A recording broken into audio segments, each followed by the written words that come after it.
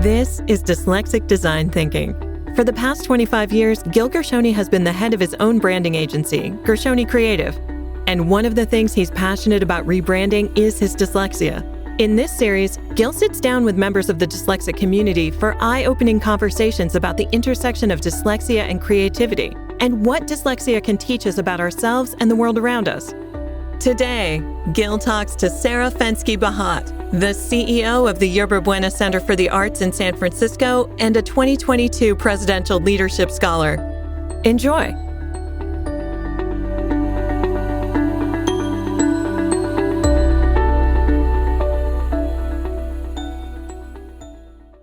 Welcome, Sara. Hi, how you doing? It's great to have you today. For listeners who are outside San Francisco, tell us a little bit about the center and what you guys do. Sure. Yerba Buena Center for the Arts is in the middle of downtown San Francisco. We are across the street from the city's major convention center. So if you've come for a conference, chances are you've walked by. We're between that and the city's Museum of Modern Art, the Contemporary Jewish Museum, several other cultural institutions downtown.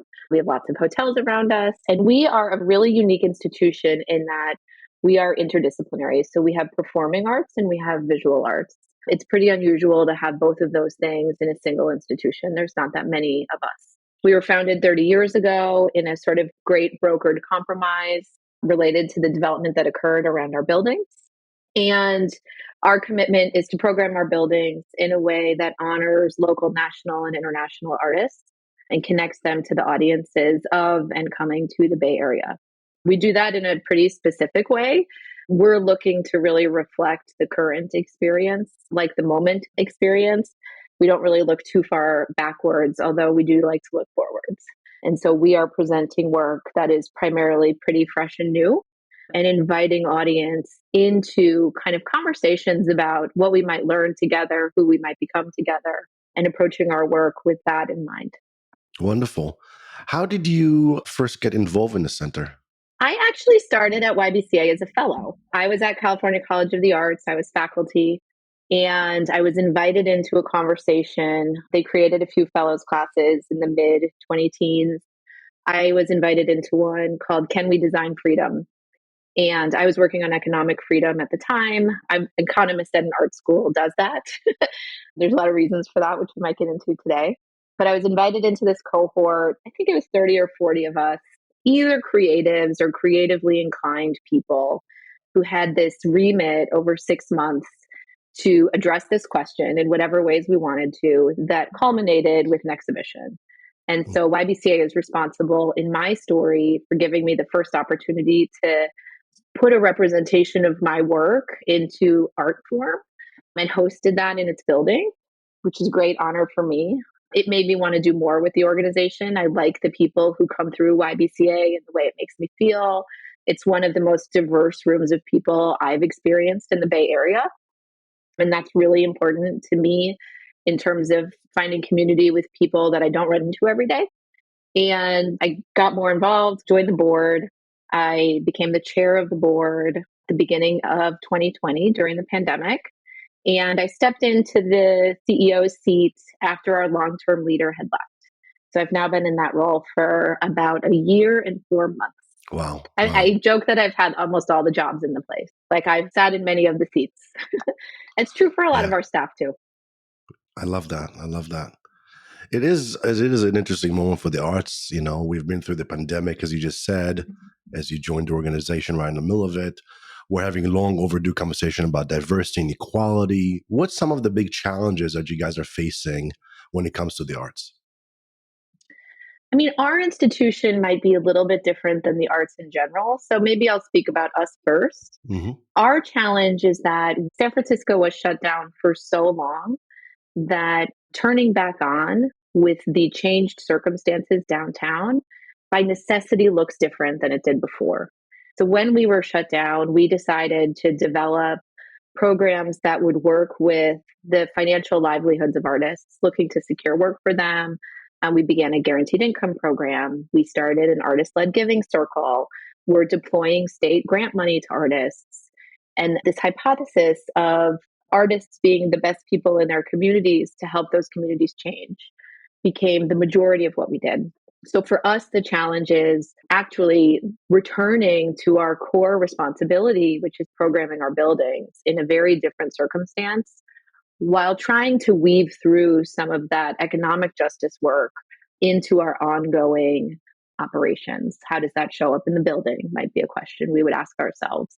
So that's all challenging. Obviously, foundations are really interested in that economic justice work and have moved away from funding organizations that do exhibitions and performances without that in it. I would say the bigger challenge is relearning under different circumstances how we want to operate, right? Like people are in a different place than they were 5 years ago. For better, for worse, people are tired. I think people want more joy in some ways. I reflect just on where I was 5 years ago, and it feels maybe less weary. And so the ways in which we're choosing what we're doing are changing, and the ways in which we do those things are changing, and our Mm-hmm. funding for those are changing too. So that's our answer. I think situationally, downtown SF plays a really big role in how we're looking at that differently. I think it's easy to look at the version of the downtown story that feels like downtown is empty. In my opinion, and I worked in lower Manhattan after 9/11, I have a different opinion, which is that having something scaled back to its sort of core essence, right? With the thing that's going to exist in a neighborhood, regardless of whether conferences are happening, employees are going, is really an opportunity.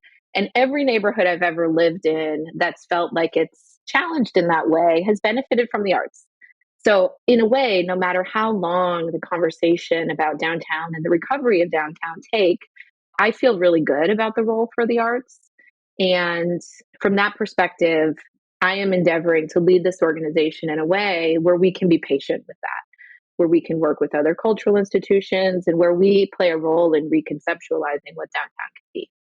Many, many foundations are going through a rethink on how they think. And so that part feels a little bit harder. And, the part that I find really interesting, just having lived in different parts of the country and the world, I love that what YBCA does is intended to be reflective of the community in which it exists, in the community in which it serves. And for even visitors, you should get a feel for San Francisco because you come through our spaces. And to me, there's a piece of that that I think could work in any place. In education, we call that the affirmative work on the walls, right? The things that you see that you made next to all the other things that everybody else made that help you know that your experience was real. And so I'm just really interested in, are the things that we're learning and doing in these really compressed, interesting circumstances that are uniquely facing the Bay in a kind of future looking way that, I worry would affect other places too. What can we learn about ourselves? And are any of those lessons portable to other institutions in other places? I love that you're seeing the downtown and San Francisco, and obviously where the buildings are and the community is an opportunity for reinvention. What are those opportunities that you guys are taking action near and far? Well, so I was just at a really interesting conference a couple weeks ago that I haven't stopped thinking about since. So the thing I'm like currently working on, workshopping it next Monday. Montreal created this Quartier de Spectacle, this quarter of spectacular, kind of quarter of fun. And they did that in a neighborhood that had formerly been the red light district. It didn't exist 20 years ago. And it's an area that connects different parts of the city. And what they've done is they've created public plazas that they program. They connect existing institutions via those plazas. And they're creating an outdoor destination of sorts that's fun. It's 24 hours. It's meant to be all ages. And I really left that. I took a million photos of like all the little touches of that. But what I love is that they have this square kilometer neighborhood where they are very intentionally trying to create connection. Mm. And all the institutions in that square kilometer are invited into that conversation, right? And so to me, if we maybe worry about what's going on within our walls, but also become concerned with what's going on in our neighborhood and work with other institutions to try to activate that together, I think that's really interesting. And I think that's Mm-hmm. the kind of movement that would benefit our downtown. And so we're working on that, starting with, the unit of one, while also trying to engage with our neighborhood partners to expand that unit over time and really paint a picture for the people thinking about this at the city level, how that could grow and where that might go, how Mm. expensive it is, how we pay for it, all that sort of stuff. Prior to working for Yerba Buena, you were the chair for the MBA program in design and strategy at the California College of the Arts. First of all, that sounds fascinating, and I kind of wish I was taking that course. But tell me a little bit about the program and your role in it, and how did that come about? I think you're catching on to a storyline for me that you didn't explicitly ask me. I started there as a fellow too. And I moved to California in 2007. I had just gotten married. I had finished a stint as a banker, which I knew was not for me. It did pay off my student loans, so I have gratitude for that. But I looked around at my colleagues and I knew that that's not what I wanted to do with my entire life. And so I moved to California. My husband got a job here. I felt like I had a clean slate. And I went to see a former colleague of mine who had moved here around the same time. And he was like, you got to figure out how to process what was all wrong for you in banking. And I didn't actually know. And so I decided to go to design school. I began as a fellow in this program. A colleague of mine had told me about it. And it did help me with some new tools of understanding, figure out what it was about banking that was making me so nuts and why it didn't work for me. That resulted in me trying to start something in the technology space, learning that I didn't really like the technology space, and sort of purging that frustration, if you will. Like I tried to Mm-hmm, work it out. mm-hmm, I learned that actually building technology was not fun for me at all. I knew that the idea was good and I needed a different way to process that idea. And so when we talk about the YBCA fellowship, these things like kind of that was my second try at mm-hmm, how might I process this idea. Maybe it would happen creatively. I knew I had things to say. I just needed to figure out how to do that at the time. So I started as a fellow. I think the fellows program at the time was 30 or so people. We had all done other things. It was not like we had homework or anything. It was more, I don't know, a way to compare ideas and learn different skills. It's a 9-month program. At the end of that program, the MBA program, which was kind of related but younger people, they needed somebody to teach economics. And I have graduate degree in economics. And I said to them, I don't want to teach a normal economics program, but I'm really interested in developing a curriculum that people would actually find useful. I went to graduate school in economics and I never used any of it ever. And the dyslexic economist joke is real. Like I had to work really hard to learn how to do those things. And like after 5 p.m., I don't get the numbers in the right order. Like it's actually very confusing for me. And so they agreed to let me construct my own curriculum where all I would do is pull the most salient, sort of practical methods of analysis I could for young people, really a love letter to like, what are the most important things you need to know that are going to be useful for you over the course of a career. So I did that for several years. There was a departing chair, and they asked me if I would take on the chair role, which is how I ended up with the role there. Very parallel experiences. I'm fascinated with the idea that you were in the banking sector and then you move into obviously the arts. As a dyslexic, what drew you to to the world of math or to the world of banking? So my dad's an accountant and my mom is an artist. My mom's family are definitely people who made things with their hands. Mhm, And I loved art as a child. I had amazing, amazing teachers. And I was also really good at math. And at a mhm, certain point, I'm the first person in my family who went to college the way that, we think most of the time kids go to college now, like a 4-year college right after high school. And my dad had been the only other person in my family who had properly gone to college, but he had gone to night school. Like I remember going to night school with him as a small child. And I grew up in a generation where it's like you do the predictable thing. You do not have the leeway to go do all those other things that are never going to pay you. Part of my parents' divorce agreement, they agreed to pay for state school only. So I only applied to the state schools in the states where they lived. They lived in different states. I got into both. And I really had in my college experience, I always worked to make the money to pay for anything extra other than school and where I lived.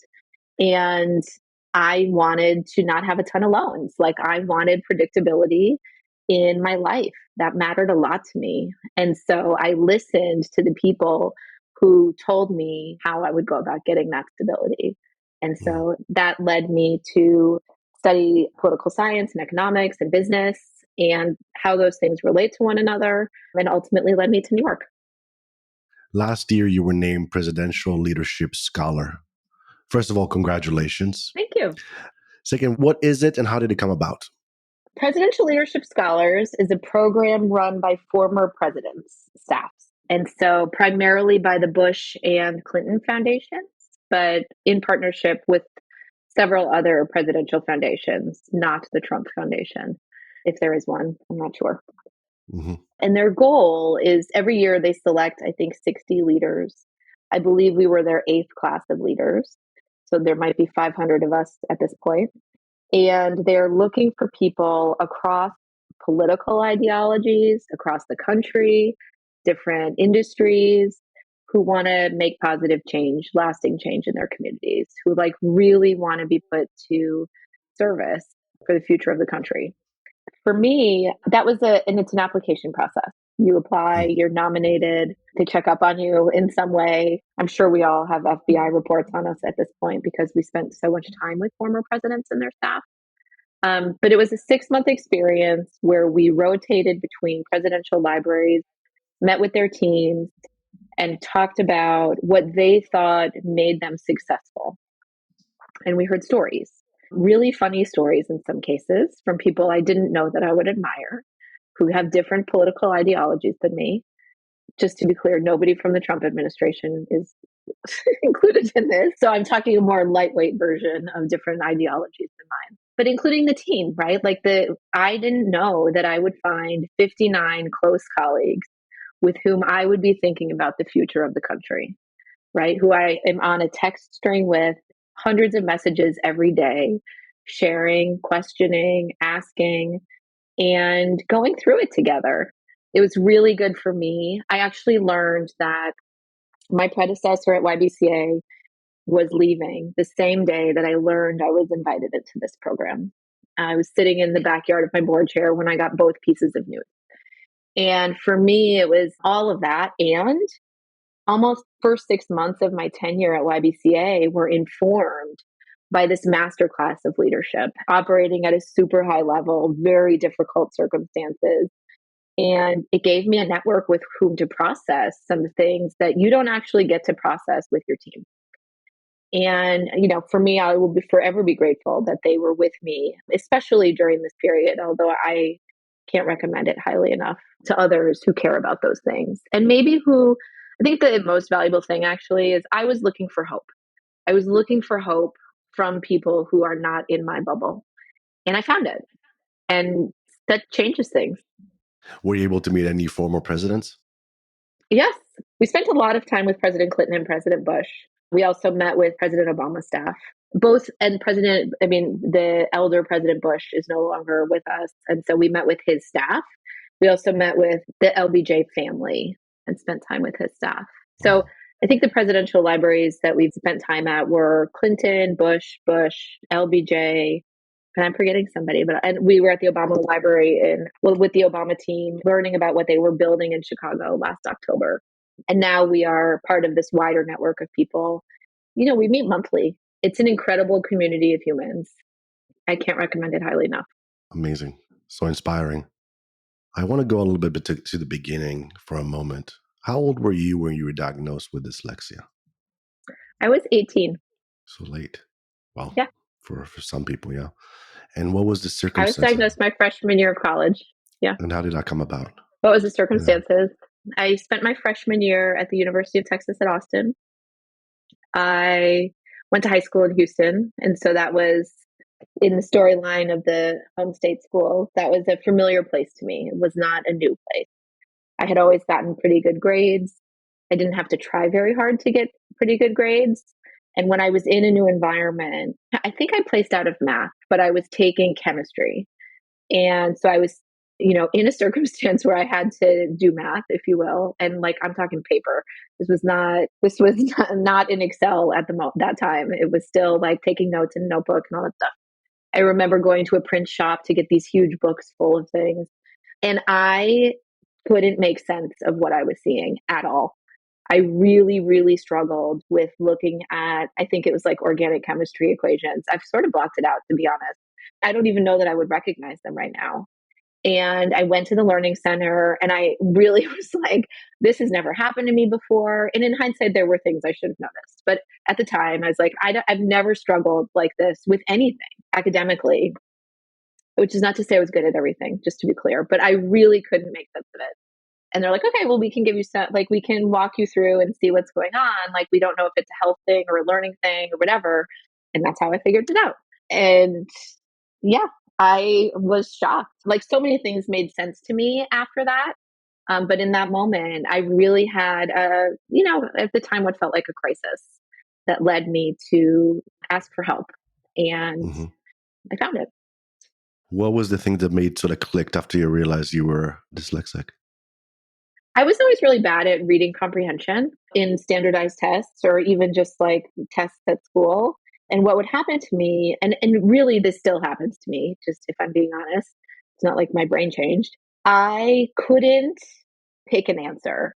I could imagine, first of all, I had to read things several times and I had a really hard time with the clock, right? I had a hard time meeting the deadline of an exam of that kind in a way where other things were easier for me. Like I liked the logic puzzles, I liked sort of the simile stuff, but like long form reading really required a lot of me. And when I would get to the sort of questions, A, B, C, D, I could convince myself that any of them worked. I really, really couldn't decide. And I remember going to my teachers and be like, I don't understand. Like, I really just truly couldn't understand it. And it's a way that I think they thought it was creativity. Maybe I didn't know how to advocate for myself. Maybe there were not resources available at that time. But once I got the diagnosis and the circumstances under which I got it, I feel like a few other things clicked into place for me. And as a parent, things I hope I would see in my child earlier than going to college. You said you asked for help and you got it. What kind of help did you get? I mean, I went to a learning center and they helped me. I think they helped me. First of all, I dropped organic chemistry. So I can't say that I've made it through organic chemistry and like that was all fine. I sort of had a moment where I'm like, yeah, maybe we should pull back from that. So that was number one. Number two, they did give me, it's funny. My daughter has a really serious prescription for her glasses. And it's a similar thing to what she's been offered. Like I got things that were simplified, so like one problem per page, more space between things, and like bigger booklets from the print shop. And I quit organic chemistry like a month after I tried these things because I was like, yeah, I think it might be the chemistry.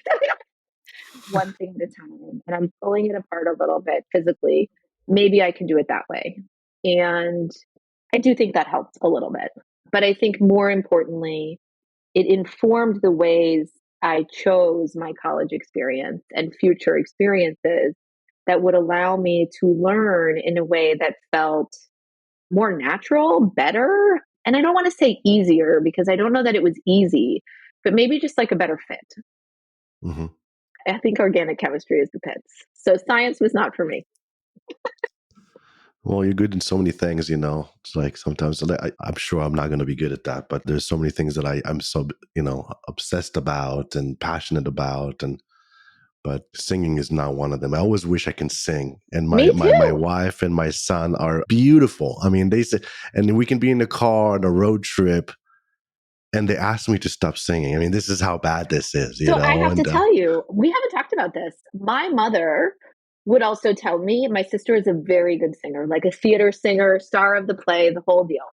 My mother, my own mother, who I don't really think should do this, was like, you need to stop. You need to stop. Madonna, top of my lungs. Like, I'm a child of the 80s. I was really belting it out. No, she's like, you have to stop. It's so embarrassing. I can't stand the sound of it. And I cry at like choir concerts because I think it's a marvel that people can do this with their bodies. yeah, yeah, I'm with you. I'm surprised you're not a good singer because you have a very good voice. Well, thank you. As you discovered you were 18, you were a freshman in college. Where did encouragement come from during those times? I don't know that it did.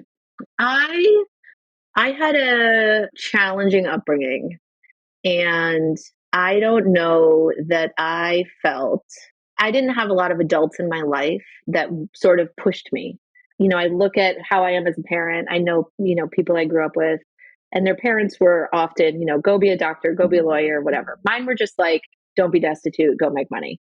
And Mm, so for me, I didn't have enough people in my life with the lived experience of like going to college and what became of that. to have a lot of expectation on me. And in a way, like, I think that was probably a good thing for me in that I had a pretty open road in terms of independence. And, you know, that was good for me. I leaned on my teachers heavily. Like that allowed me to advocate for myself, I think. I also leaned on my friends and their families all growing up pretty heavily.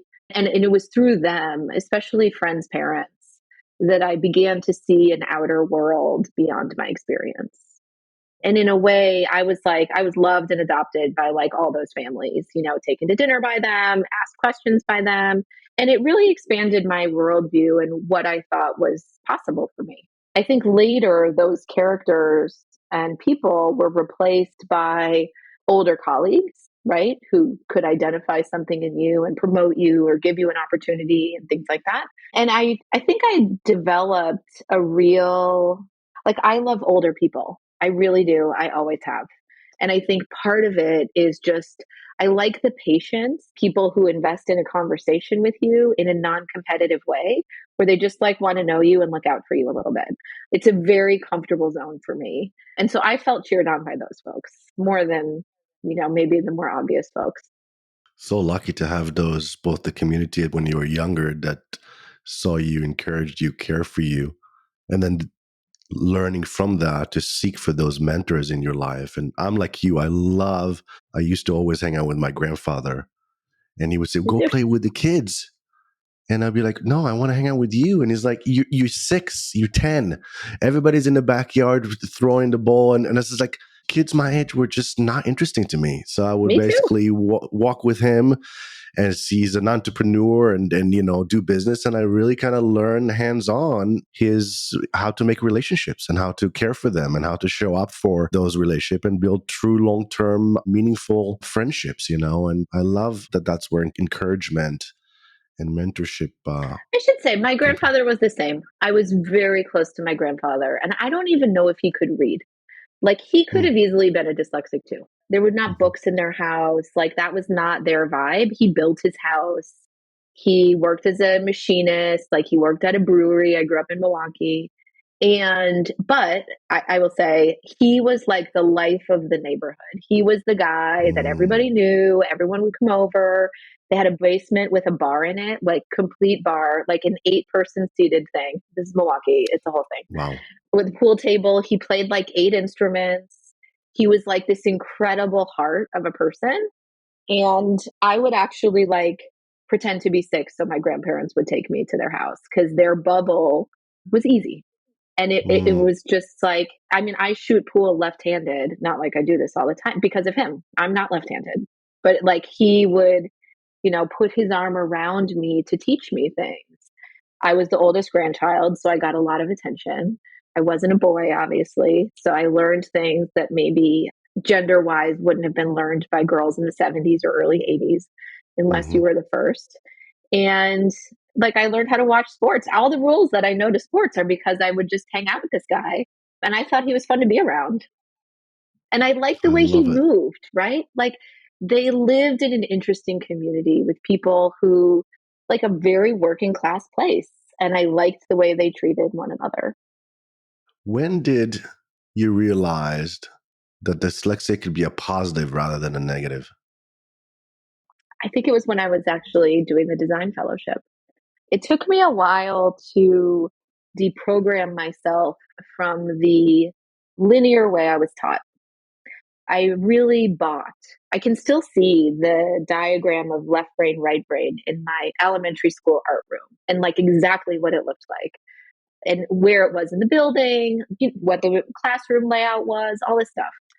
And I think I separated myself that way in a way. And I did the linear thing.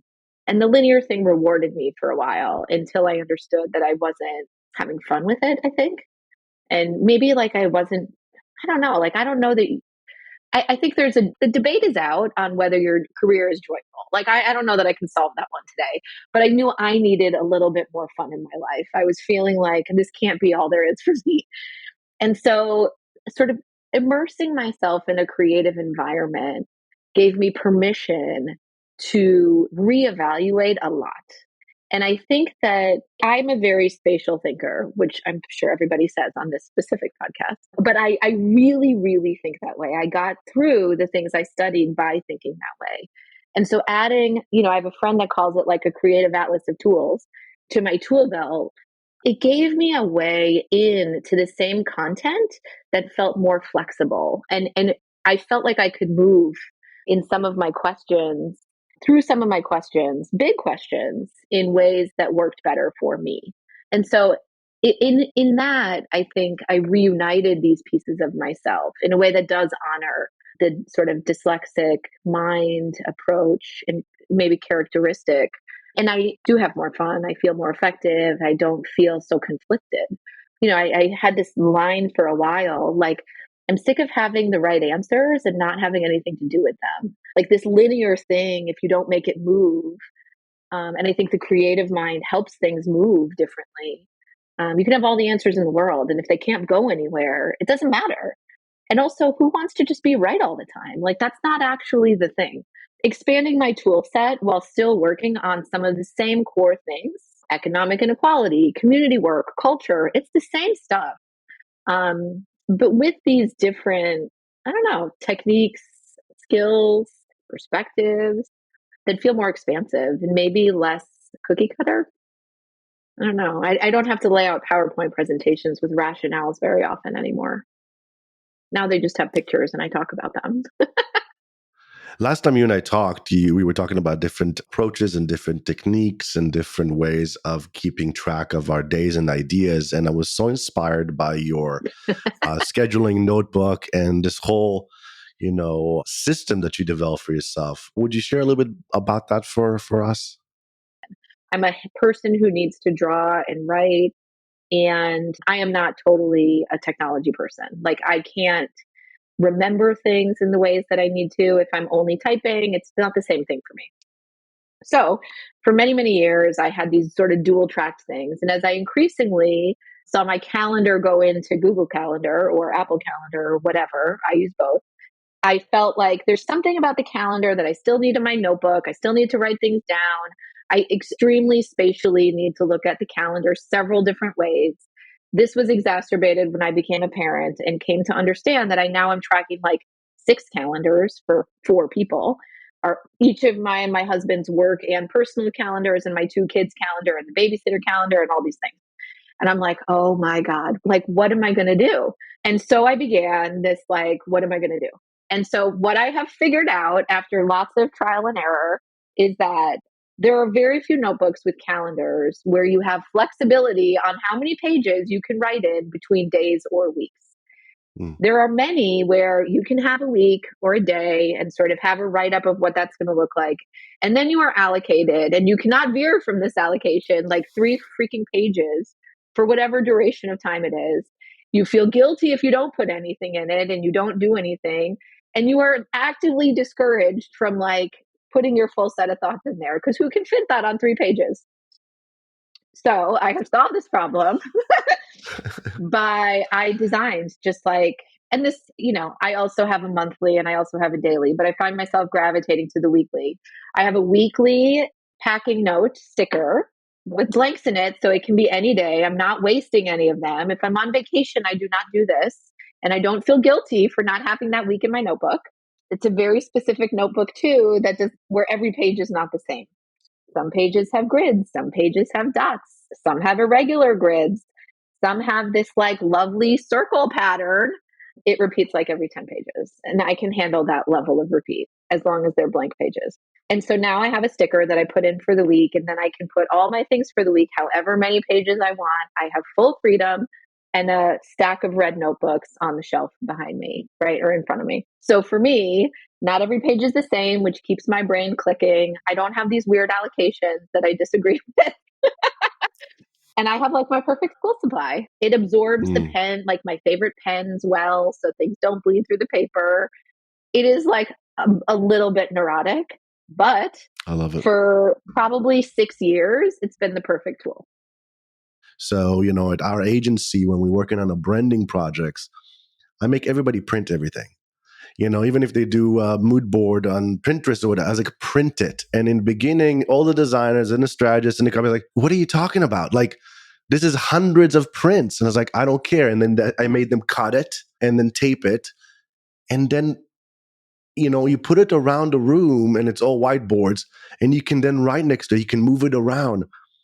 It became addicting for everybody. Like, they got so excited when we needed to do it because you sit inside of the idea process, inside of the visual thinking mindset, and they get to experience being dyslexia adjacent and experience how we interact with the world around us with such a physical way. Tactile. Yeah. Uh, It's funny you say that because at the current moment, one of my projects at YBCA is we have a digital model of our spaces, right? So our preparator team and our exhibitions team and our performing arts team, they can lay things out and communicate about them.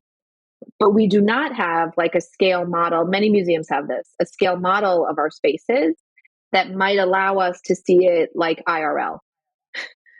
Doesn't happen. And I really struggle with that because I want almost like a weird New Yorker drawing of our buildings where we can literally print out stickers or pieces of paper, whatever, to do exactly what you describe in the sphere of looking at our spaces and what we are setting up to have adjacent in our spaces. And increasingly then outside of our spaces too, right? Like, what is the experience? And this is a way in which I think the language of design really helps me. But what is the experience design of a person coming into our spaces?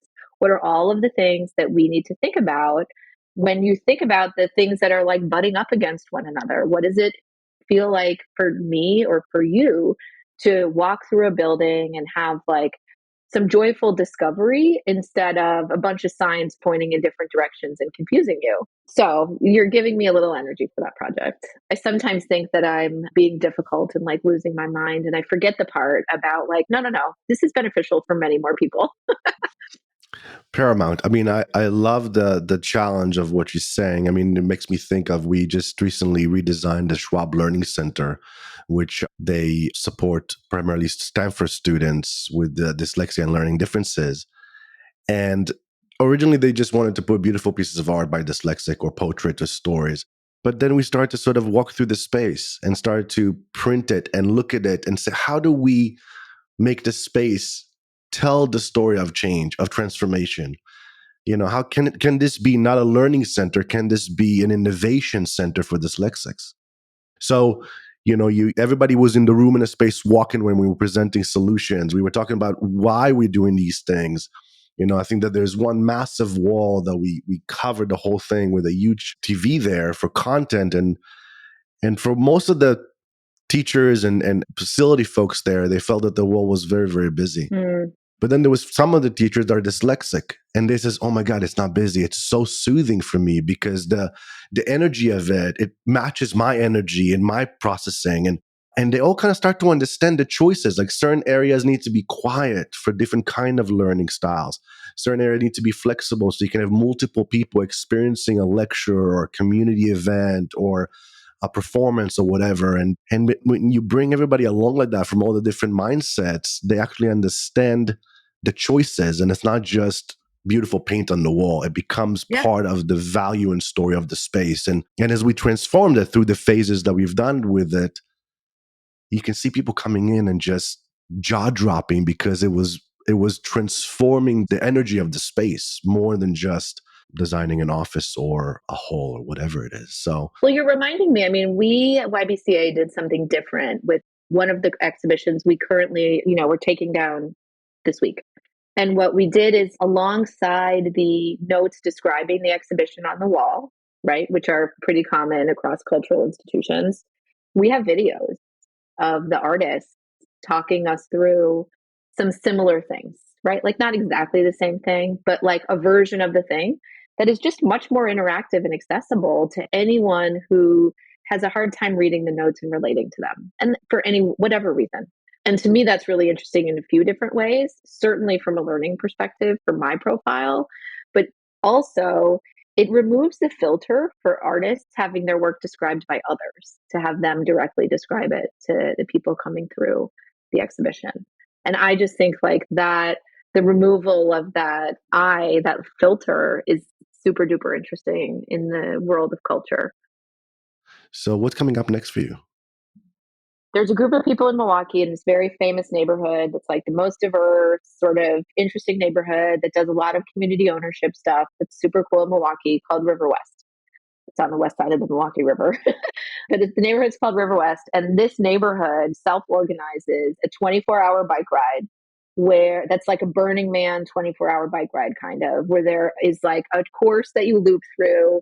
You can relay race. It's not a competitive bike race. This is purely a celebrating a community activity where people, like, it's almost like Halloween, right? Like every house does their thing.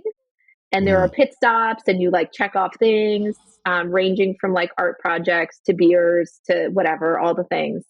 And I'm doing for the first time this year, which I'm really, really excited about, because to me, it's one of the most beautiful community organized, sort of really activating events that I've ever heard of in a place I love.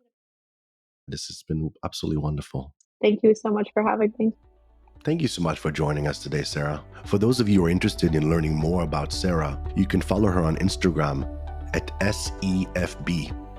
Or you can check out her Twitter account at Sara Fenske Bahat. For more information on Yerba Buena Center for the Arts, visit their website at ybca.org. I'm Gil Gershoni, and you've been listening to Dyslexic Design Thinking. If you enjoyed our conversation today, be sure to subscribe to this series wherever you get your podcasts, and follow along on Instagram at Dyslexic Design Thinking. You can also drop us a line at dyslexia@gershoni.com to receive our monthly newsletter and learn about our upcoming programming. Dyslexic Design Thinking is produced by Gershoni Creative. Until next time, be well.